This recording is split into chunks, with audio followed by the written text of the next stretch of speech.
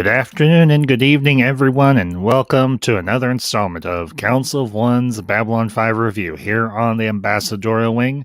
And of course, I am your host, the Ambassador, and with me today I have got my fellow council members, Fiona Wolf at Mounts of Elysium. And we are kicking off season 4. We're hitting the good part now.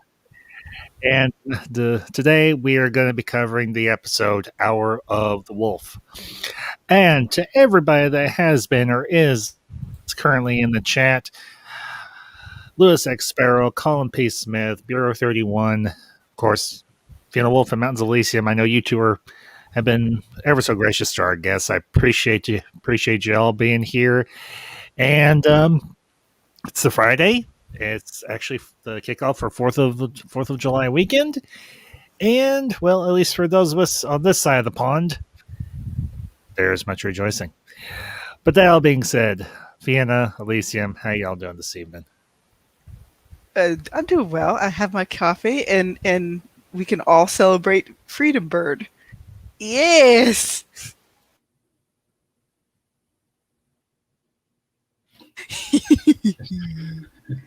You gotta love them Eagles. You are just weird. That's all I'm going to say, is you are just weird, Fiona. So, the quote from Braveheart, she's come to the right place. It's part and parcel of living in Florida. And Colin P. Smith, lucky escape day over here. 4th of July. Colin, good to see you, man, and pleasure to have you with us once again. So,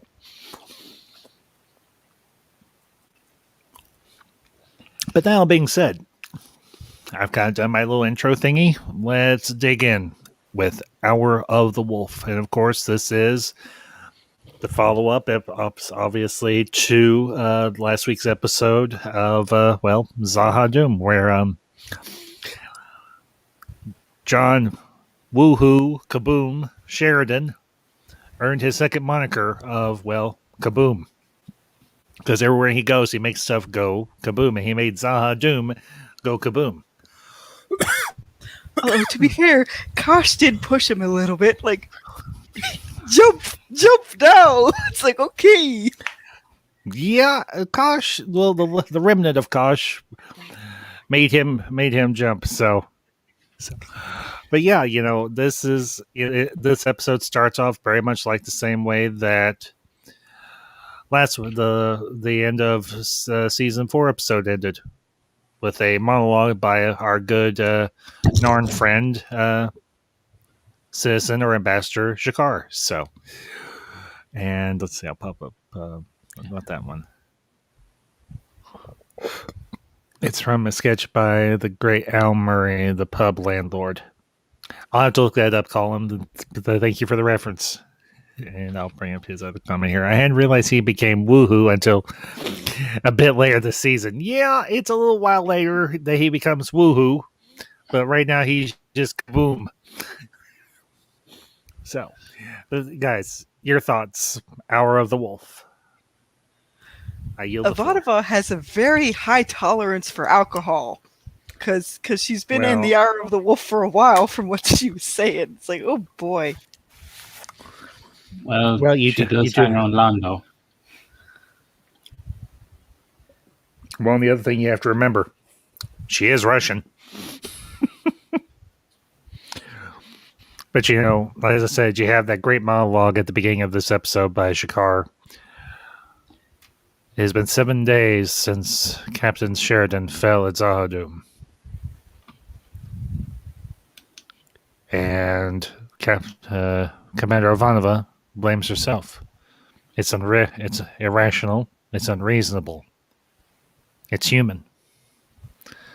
And of course, it would only take a non-human to recognize that type of behavior. And, we've all been there, I think, to one degree or another. Shoulda, woulda, coulda. I should have done this, but I didn't. I should have turned left, but I should have gone right, but I didn't. I shouldn't have gone to Zahadum, but I did. Or I should have gone with Sheridan to Zahadum. but I didn't. And, I think for Ivanova, she's lost a friend. She's lost a comrade in arms. She's lost a brother soldier. And I think how she reacts and how she's feeling isn't necessarily irrational. But again,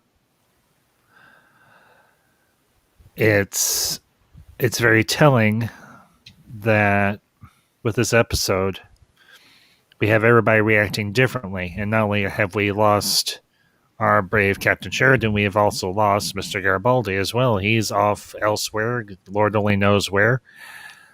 And it won't be until next episode when the question is asked, whatever happened to Mr. Garibaldi? But for today, we are dealing with Captain Sheridan and where he's at. And of course, we are beginning also, I think, one of the most interesting arcs within the series. And of course, that is the upward swing of Jakar's character arc, because he is about to take on a very risky expedition. But he's doing it for a good reason, to look for Mr. Garibaldi. So, Vienna, Elysium, your thoughts on anything I just brought up? Well, that lovely stuff with Mr. Garibaldi is going to eventually tie into a whole lot of other different types of shadow shenanigans and a certain kind of Mr. Bester, and then that's going to lead Jakar to crash into Malari and what's going to happen with Veer later on. So a lot of this stuff really ties together. Mm-hmm. Yeah. And of course, we do get our proper introduction to the new Centauri Emperor.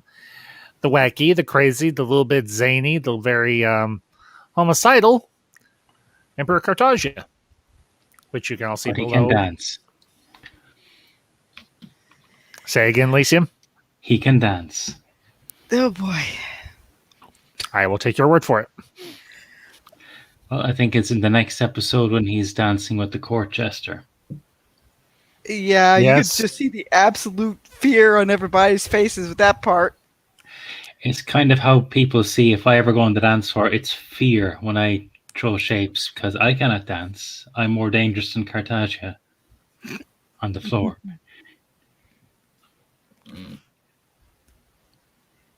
And yeah, I think this is the first time we actually see him, but when it comes to Cartagia, I love the way Londo mocked him. He said when he was young, he was a drooling idiot, a pervert, and walks in, Your Majesty, you haven't changed a bit.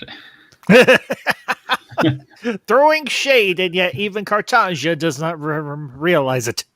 Yes. Yeah. I think he actually does. I heard it mentioned that Londo is the only person who stands up to Cartagia, tells him, no, you cannot do that. You're being a fool, you're being an idiot. Everyone else is basically a toady to him, where Londo tells him, he's like the Gandalf in Lord of the Rings, where Gandalf tells Theoden the truth, where Wormtongue just tells him what he wants to hear. Mm-hmm. And if you go back to Veer's report from Mambari, Varini told him, now things have changed. We want to hear the truth. So it actually goes into Cartagia's character. That is true. But he's still nuttier than a fruitcake. Oh, yes.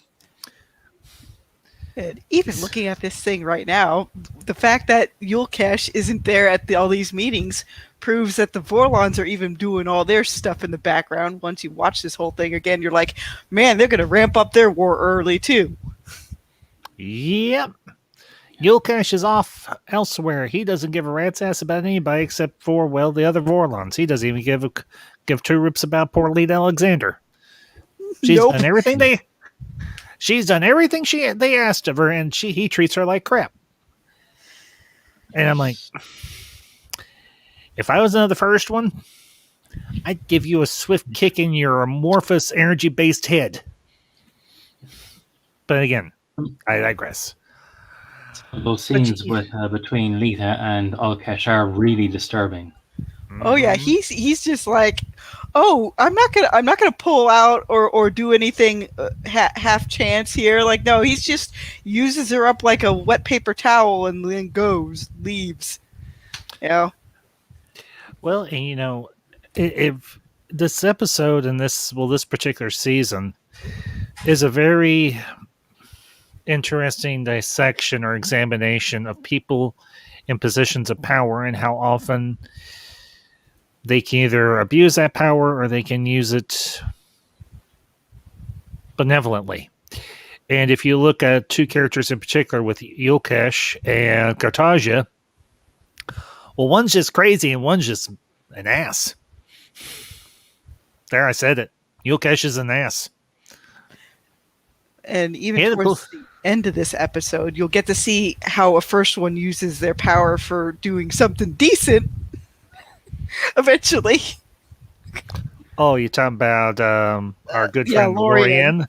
Yeah. Lorian, played by Wayne Alexander, who appeared at the end of season, I believe it was season 2, as Mr. Sebastian, a.k.a. Jack the Ripper. Yep. He also appears as a Membari in season 4. Does he really? Yeah, I do, but I think, was it the Where the Dreaming? I believe that was Wayne Alexander. That might have been. I'll have to double check it because I don't remember. I've slept since then. But yeah, if you look at Yokesh and you look at Kartaja, not to interject any more humor, a person who is mad, who is in a position of power, as Londo said, is going to say what exactly is on their mind. Whereas a person who is in a position of power, who isn't mad, but just is aloof, doesn't care, is just feels like they are above it all, is just going to do whatever he wants to do to get what they need. And meanwhile, you've got people like Ivanova and Sheridan and Franklin, who are just trying to trying to survive and use what little power or position they have to try and do something decent. And it's a very interesting examination of the whole power and position construct. I mean, I could get extremely political here, but I won't. So Kartagia was kind of pulled in just to add. The shadows promised him godhood, basically, that he was owed this, like, oh, but what's a little thing to all the little people when I'm a god? He already had, like, I'm the mortal god on earth right now, going for him. If he only knew about Ivanova, he could know there can be only one. Don't ever get me started on that clip. On your way back to the station, you will memorize the Babylon 5 mantra. Ivanova is always right. I will listen to Ivanova. Ivanova is God. And the next time you don't listen to Ivanova, I will throw you headfirst into the fusion reactor.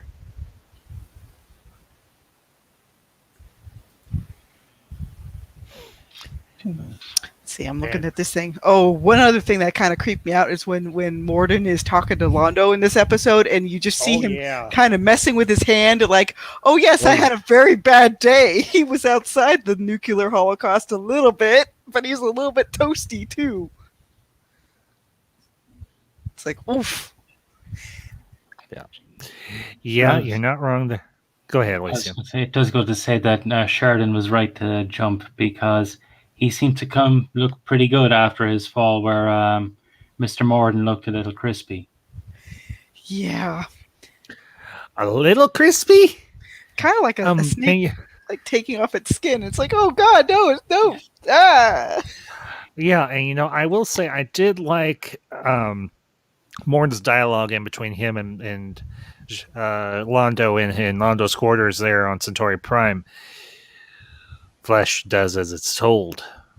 Flesh obeys. And I just gotta say it, Ed Vosser, I get the feeling he really enjoyed that makeup. I do. I think I get the very distinct impression he enjoyed that makeup, especially since you could play with it. Darth Morden. But yeah, I'll bring up your third one's comment here. Londo. Anyone who moves against him will certainly be killed. Veer. That would be a drawback, Londo. We must start Cartagia, whatever the cost. Veer.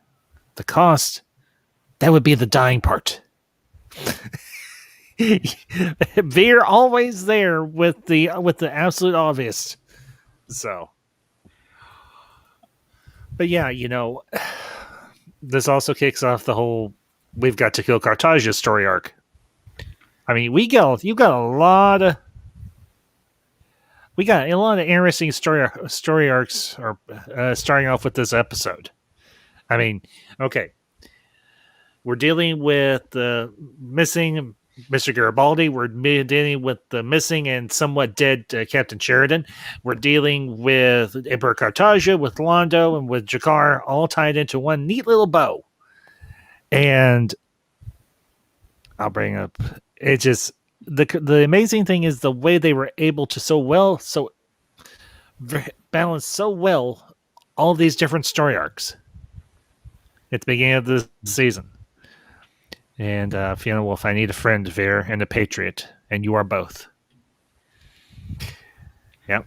From what I remember, they didn't know if they were going to get, the season 5, so they kind of had to go like, okay, it's time for warp speed ahead. We gotta put all these story arcs into motion and close some of them off, because some of them have been built up for a while, especially what happens with Garibaldi and Bester. Yeah, I have to agree. But, that just goes to show the talent and the ability of a talented writer and storyteller like J. Michael Straczynski to be able to balance all these plot lines so well and craft it in a way that's still entertaining and doesn't feel muddled. That's a really impressive thing. But, this I have to say, I have been in Ivanova's shoes a few times in my life. Maybe not in the exact same situation, but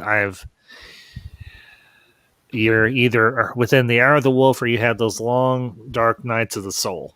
And I think for her, the Hour of the Wolf is one very long, protected, long, dark night of the soul, where it's you and your soul, and you're trying to figure things out, and all you can see is everything piling up on top of you like a mountain that just doesn't want to go away.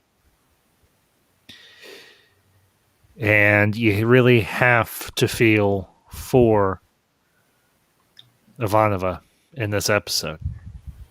I know I do. I was just thinking, I think this, when season 4 was condensed, the episode in season 5, The Long Night of Londo Mollari, was originally supposed to be The Long Night of Susan Ivanova, and I think it was supposed to be at this point.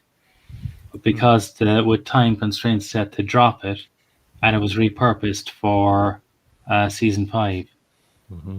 So this would have been here where she went into depression and spiraled, rather than her going to Zahadum by the end of the episode. It would have been an episode or two later, I believe. Yeah, that's right. Because isn't this the episode where her and this is the episode where her and Lita and Delin go to Zahadum to try and locate Sheridan, isn't it? Yes, I actually was going to bring up that one at the end. It's a wonderful scene where the three women, Ivanova, Delin, and Lita, are all on screen together. So basically, you can feel the force of will just before the shadows discover them, and it's a wonderful scene. It is. It really. I couldn't remember if it was in this episode or the next episode where they go to Zahadum. Not to mention, poor Delin. And I just say it, the League of Non-Aligned Worlds. What a pack of mamby-pamby sissy Marys. Oh, Captain Sheridan's dead. We're all just going to turn tail and run. We're not going to show an ounce into integrity or chutzpah or guts or back, but we're just going to run like a bunch of whiny little bitches. Sorry, did I say that out loud? Figure, tactically wise, they figure, oh, Sheridan really hurt the Shadows bad, so we can address our wounds and everything. It's like, no, that's when you have to keep the momentum going. Which is why Sheridan eventually has to rally them towards that, too. Yeah, the biggest thing, so I don't forget, but Lita, when she was talking to Lynn, like, they don't care anymore to Lynn, so that terrifies her, about the Vorlons. They don't care about nobody. They're going to do slash and burn. Pretty much. Yeah. Go ahead, Elysium. I was just, I'm wrecked hard, so I was going, oh, God. I'm up since 5:45 this morning, so. Dude, you gotta get a nap. You've got to get a nap in there. You got to get a nap in here on those Fridays, dude. That's when there's not so much pressure at work, I'll sometimes take a long lunch. I hear you. I understand. I do. That, I think it's the next episode, but then Yokesh does reveal what he's gonna do, and because Lita was trying to figure stuff out, and he lashes out, "Oh, would you want to know my thoughts? Well, do you?" And then you see how it focuses in, and she gets like whammied by the Vorlon. Like, oh God. Yep. Like, here it comes. Isn't that the episode falling towards apotheosis? That's the episode where that happens. Yeah, but still, they put the seeds of it in here because she's currently still asking him, what's wrong? You seem distant, but she can sense that bit of darkness in him because she carries him around, and it wasn't like carrying Kosh around. It's like, oof. Yeah. And, I have to say, when I did my character breakdown of Ivanova, when I came to that scene with her and Lita Alexander and Delenn when they go to Zahadum, I'm thinking 3 awesome, well-written, well-rounded female protagonists, and it doesn't feel a bit forced. It doesn't feel ham-fisted. It's subtle, but yet it works. When you hear Delenn's voiceover when she's speaking through Lita, and she's like, "John, can you hear me? Send a thought, send a word, and we will hear it, and we will come to you." And this is not just a fellow leader of the Rangers searching for her compatriot. This is a woman who's very much in love. And she misses the man that she loves. And she doesn't want to believe that he's dead. And then, of course, we get the payoff in a couple episodes where he comes back, of course. Spoilers for a show that's been out for 20 plus years. But one thing, though, that to also highlight, Lanier prepared the ship in case there would be trouble. So when they all started getting sucked in by the shadow influence, if he didn't touch a certain button, the ship just flew straight out of there.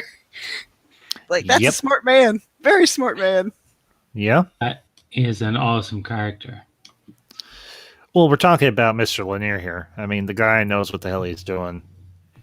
He's by no means dumb. He's by no means slow, and the only thing that saddens me is what happens to him in season 5, but I get it. To a degree, I do get it. So, but, He's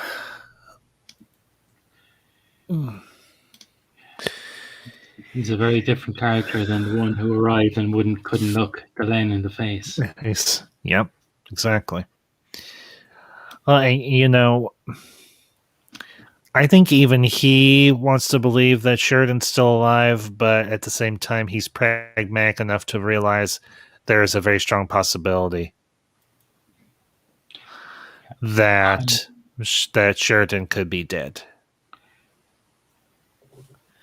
Colin P. Smith, you're killing me. Well, but in a way, like even this episode, even after they try to go look for Sheridan, it still renews Ivanova's purpose. Delin basically, Mhm. talks to the Rangers. You know what? I might as well learn how to fly, even if I'm falling off a cliff. And then, even at the end, it has Lorian sitting down next to the fire with Sheridan, and that's even, Mhm. I think it represents a bit of hope. Sheridan's not willing to give up, even though he's basically hanging there between tick and talk, basically. Yeah, and that next week's episode will be a really, whew, that's a deep episode. Of course, I'm not saying this Some really powerful episode isn't scenes. deep, but this episode is essentially it's like a it's oddly placed, and I mean, for season openers, this one is oddly structured because you've got so much going on within it. And as you mentioned, we didn't know we were going to get a season 5, so they're like, well, we got to cram as much story into one season as we can because we don't think we're going to get another chance to go forward. Yep. Yep. And so on one hand, thanks TNT. On the other hand, you messed up Crusade. Yeah, unfortunately, they did mess up Crusade. And, well, hey, a face I have not seen in a very long time, Mr. CCDV. CC, good to see you, man. It's been a while. Hope you're doing well. So, but guys, I mean, as always, I don't want to monopolize the conversation. What's something within the episode that y'all want to discuss? So the floor's open. I suppose it's before we go on when we're mentioning about Zahadum. Mm-hmm. I was looking the power of the 2 bombs. Each one is 10 times the size of the Sarabama. That was the largest explosive ever detonated on Earth. That was 50 megatons in Russia. Mm-hmm. So that explosion, I think the shockwaves went around the Earth 3 times from that one, and these each are 10 times that size. So Sheridan really did a number on the shadows. Yeah, if you really come down to brass tacks, I mean, he put a hurting on the capital city of Zahadum. Yep. And basically, that's why the Shadows ended up going to Cartagia and like, oh, we need to borrow part of your planet, because the Shadows, in their mind, they're like, oh, the Vorlons wouldn't be crazy enough to kill a whole entire race with, oh, oops. So this is a cascade effect throughout the whole season, basically. Yeah, because you think about it. Who would have thought that a younger race, or a person of Sheridan's standing, would have the chutzpah to go to Zahadum armed, heavily armed, and not only that, take a whole ship and crash it into a planet. Even the Shadows wouldn't theorize that whole thing. So, well, I'm thinking what hid part of the nukes is the fact that it was surrounded by Vorlon tech, and the Shadows don't like Vorlon tech. So probably out of some sense of like, we don't want to touch this. That's the reason why they let Sheridan bring just the one ship idling overhead. Mm-hmm. Oh, yeah. And I just want to say to Mr. CCDV, our condolences. I don't know how much longer your mother has, but I hope that her passing is a painless one. And I hope if you need anything from us, you know how to get a hold of all of us. So your family is in our prayers, as always. And to the chat, Mr. Leroy Kong. Leroy, good to see you. And whether you're late or you're early, it's always great to have you in the chat, man. And hope you're having a great week. And hopefully you have a great weekend. So, and another detail that kind of creeped me out is all the shadow voices that were calling to everybody on the ship. Delin heard her dad. Ivanova heard her dad. And it's just like, Oh, ew, oh my goodness. Ew, they're really trying to reel people in. Creepy. Of people that they really loved in their life, and that the shadows were just using that to try to reel them in.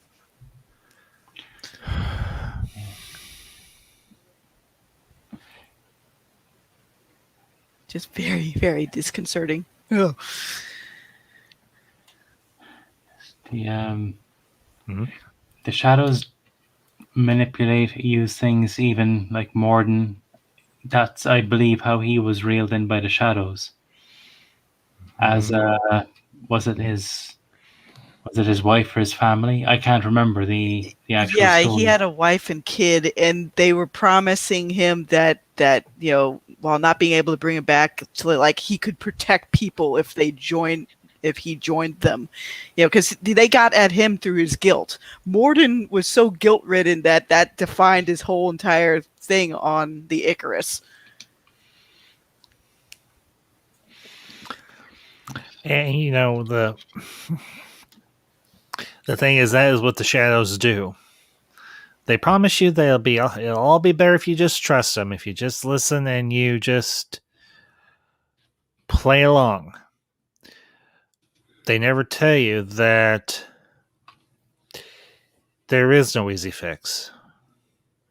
You can be a first one or you can be a younger race. It doesn't matter.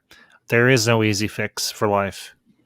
You sometimes have to go through the pain to come out on the other side. And that's one thing that Lorien does understand. And that's why Lorien is honestly one of my favorite characters. I can't believe I never did a video on him, but granted, he only appeared in a handful of episodes, so it'd be What, kind of like hard to. 4 maybe? At the most, maybe. Yeah. My favorite line from him, since unfortunately I'm going to be stuck at work next week, but he was saying something like only those that have a shorter lived time span can think love is eternal. Mm-hmm. So I thought that was pretty awesome. But I still think long-lived races could definitely still experience love if they wanted to. Yes. I'm inclined to agree. And to the chat, Price is Right reviews. Price, good to see you, man. Hope you're having a great Friday, and well, happy early 4th of July. So, but yeah, and we'll definitely get into Lorien in due course because, well, there's a lot there. I mean, he is honestly one of my all-time favorite characters. I'm not gonna lie. I mean, he is like the Babylon 5 equivalent of Yoda and Gandalf, and I don't know. Like the Paragon archetype. Basically, he's been Yes. around. He has all the experience. He'll give out advice, but he's not there to be like poke the stick and like, okay, heroes do something. Like, no, the heroes are already doing things, but he's very effective for what he does. Yes. And of course, played very, very well as not at all surprising. Wayne Alexander, who played, as I mentioned before, Mr. Sebastian, aka Jack the Ripper. So, oh wow, that's it. 6 episodes. That doesn't surprise me, considering. I mean, that's the interesting thing. The less you see of a character, the more you want to know about them. But at the same time, you almost don't want to know too much about them because that removes some of the mystique and the allure about them. Like, for example, even though I kind of hit it on the head a lot, do you really need to explain the cosmic horrors all the time? Like, no. Like, kind of like the Reapers and stuff from the Mass Effect thing. Like, you do have to explain them? No. Do you have to explain all about the shadows? No. They're basically supposed to be like these encompassing archetypes that help the ground level characters move around and understand different ideologies and overcoming them.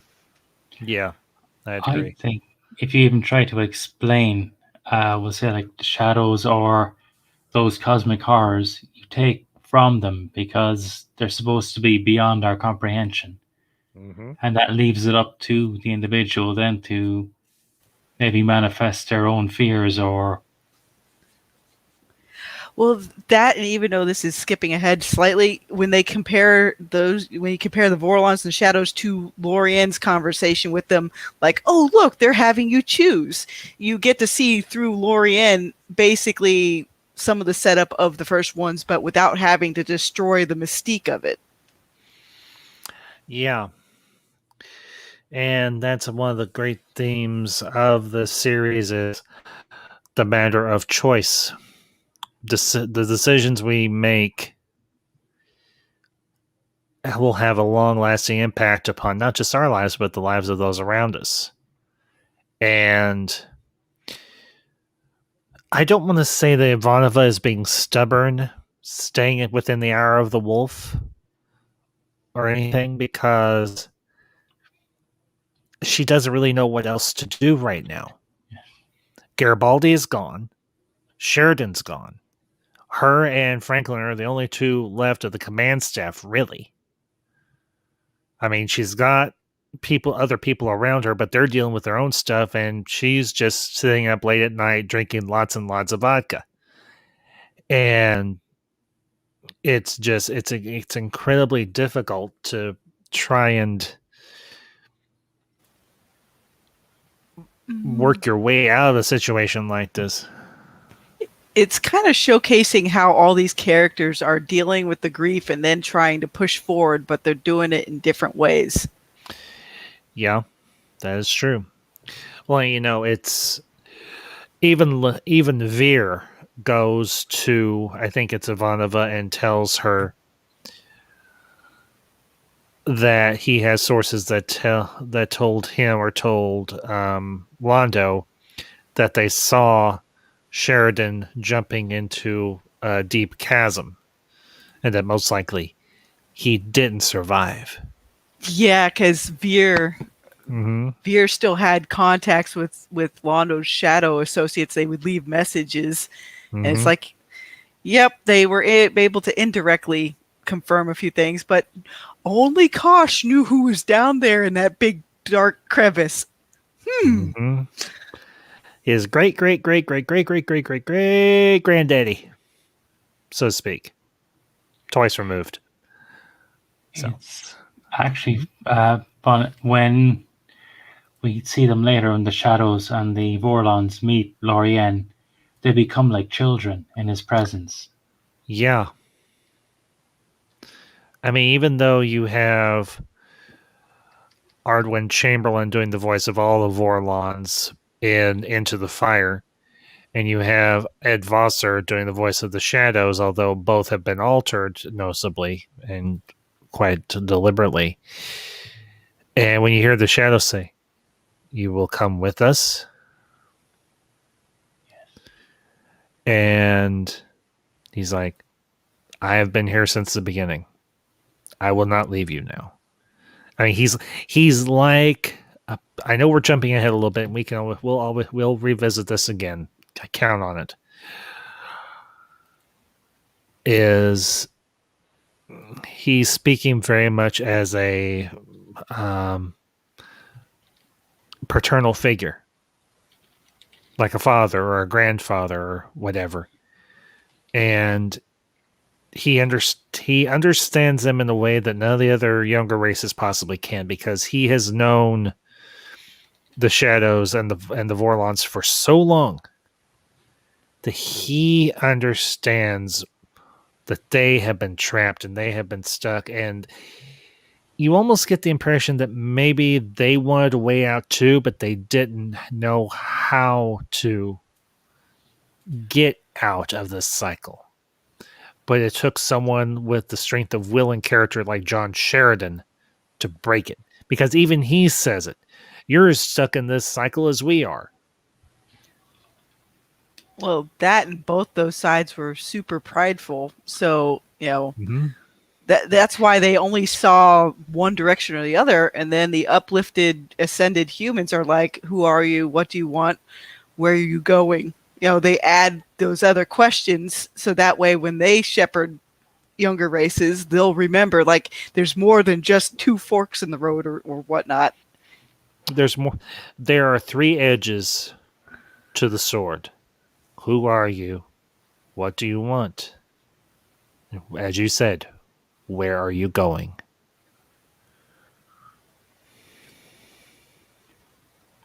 I still hate your TNT. We could have had like another 4 or 5 years of Crusade. Why? Don't ask me, Fiona.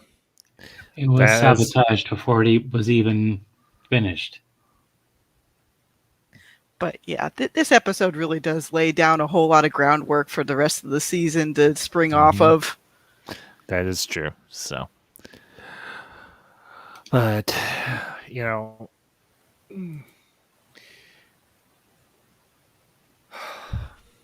even with a small episode like this that doesn't have any big revelations except for maybe the reveal of one of our big protagonists for part of season 4, Emperor Cartagia. The revelation that not only did John Sheridan survive, but also Mr. Morden, the weasel, the snake, quite literally, survived. But not for long. Veer will get his wish. Your head on a pike. Hello. God. Oh, and that was a thing of beauty when Londo dealt with him and shot the shadows. He was so smarmy because he still had his protection and told the guards, move aside, move aside. It's going to be satisfying. What do you want? I want to live. I want to live just long enough to see your head on a pike. As a warning to the next 10 generations that some promises come with too high a price. I want to look up into your lifeless eyes and wave like this. Can you and your associates arrange that for me? Well, the associates did, but Londo did. That is true. That is very, very true. So, You know, now that I think about it, near the end of the episode when Sheridan's command bar falls off, it could be like some symbolism for him for being reborn eventually. yeah, I think you could make that argument most definitely. Because he's about to go through his, what's that part in the hero's journey where you have to go to the underworld? Well, he's there. Yes. Mm-hmm. Ambassador Lang, I'd still like to know how Londo knew about that. Did Veer tell him at some point? Colin, I would wager Londo had someone nearby that was listening in. I get the very distinct impression that Veer, even though we see him alone oftentimes, he wasn't always alone. Somebody probably overheard that conversation. Yeah, I wouldn't be surprised because even in season 5, Londo hears about it pretty quick when Veer goes after the Drazi salesman with the sword and cuts up all his fruits. Yep. I still think that's Zach Allen's best line where he's describing Veer. Today, my boy, you've become a man. Indeed. So I was just thinking, Mr. Morden did mention back to Veer, you did want to see my head in a pike. So he may have mentioned it to Londo. I don't want to deal with Veer. He wanted to see my head in a pike. So something like that. So you send someone else. Don't send him again. I think maybe that's how Londo found out. That's a possibility too. Wouldn't surprise me. And I did like Morden cannot intimidate Veer. No. Here's the thing. I'll be honest with you. Morden does not intimidate me. If anything, he's got a face that just is begging to be repeatedly punched and not, or maybe just hit with a meat tenderizer, or a 5-pound sledgehammer, or I don't know, any blunt object would do, I guess. Well, or a shillelagh. What was it? The guy that Sheridan was talking to, the other shadow guy in the previous episode, the shadows seem to either get nondescript, kind of like, people that get lost in the crowd, or they get people that have a more charming face that they can put on. Because that other guy tried to convince Sheridan so much. It's like, oh, I'm just a happy-go-lucky older man. It's like, no, you're not. It's like, no, you're not. But I could see how if somebody didn't know who that guy was, he was probably a very effective recruiter. You know. Yeah, that's true. That's very true. So, well, guys, I think unless there's something else in this episode that you want to discuss, we're going to go and wrap up here and everything. So, but that being said, is there anything else y'all want to discuss? Just a brief mention, like Sure. Milo Verini, the guy who will become regent, that he plays around. He seems like a harmless old man, but when things are serious, you can see how good a politician he himself actually is. He drops the act and says, "Don't speak aloud. Others have spoken and have disappeared." Yep. And he's the guy who tells Veer, "Send us the truth. Don't send us. We can see that Lando had a hand in your report." He's actually quite capable, but I wonder how much of that is an act in the court to avoid getting becoming attention of others, coming to the attention of others. Well, it seems like to survive a court like Cartagia's, you'd either have to be like, oh, I'm not much of a threat, but I'm just competent enough to be of service. Yes. So, yeah, because someone like that, if you operate around the muckety mucks long enough, you learn to walk very, very carefully, but listen to every conversation because you never know when a stray word or stray conversation might come in handy. So, yeah, I would say that the guy that will be the future regent, I mean, smart guy. He also had a way of trying to tell people, that he could trust, like something was wrong, especially once the Drock got their fingers into him. Oof, that poor man. Yeah. Those slimy, sleazy, disgusting Drock. How you just love to hate them. They think they're the Shadows, kind of, or like the inheritors of the Shadow stuff, but they don't have the mystique to pull it off. No, they most certainly do not have the Shadow mystique to pull it off. You got the tech, but you ain't got the charisma. And then I'm guessing Crusade might have eventually expanded it, but the scribe, or the ones that captured Sheridan way back when in season 2, they would have eventually been coming out on the side of the Drock, based on what the story notes were saying. Like, ooh. Yes, I think they were. They were named after Whitney Stryber. I think they were the Stribes, and they were called Stribes. And Whitney Stryber had Strats or something like that as bad aliens in some of his novels. So they each named evil aliens after each other as a bit of an in-joke. I can dig that. So. Yeah, actually, this is a quick thing. The Drak seem to overcompensate. Their command ship that I think we see before the Minbari Civil War is 5 times the size of Babylon 5, I believe. Possibly. So it's pretty large. It's 40 kilometers in length. So pretty big. Yeah. So they are a pretty powerful enemy. Yeah, they are, but they're not the Shadows, and they're definitely not the Vorlons. But yes, so. Well, anyway, ladies and gentlemen, I think we are going to wrap up for the evening, but I do want to thank you all for tuning in today, and I hope you all did enjoy the conversation. And as always, leave your comments down below with anything we brought up during today's stream, and of course, make sure you smash that like button, share this out with all your fellow B5 and sci-fi friends, and if you do come across this, and you are not a subscriber to the Ambassadorial Wing, consider hitting that subscribe button. A couple of quick notes before we do close out. I will not be going live this weekend with an Ambassador's Geekasm review. Being as this 4th of July weekend, I'm going to take some time off, spend it with the Ambassadorial family, and I encourage you all, go celebrate this year. Because last year we didn't really get to have a 4th of July, but this year we most certainly do. So whether you are on this side of the pond or on the opposite side of the pond, If you're a fan of liberty, you're a fan of independence, well, to quote a favorite show of mine, Mr. Apu from The Simpsons, celebrate the independence of your country by blowing up a huge chunk of it, but with fireworks, nothing else. So, And majestic and freedom birds and beer. yes, that too.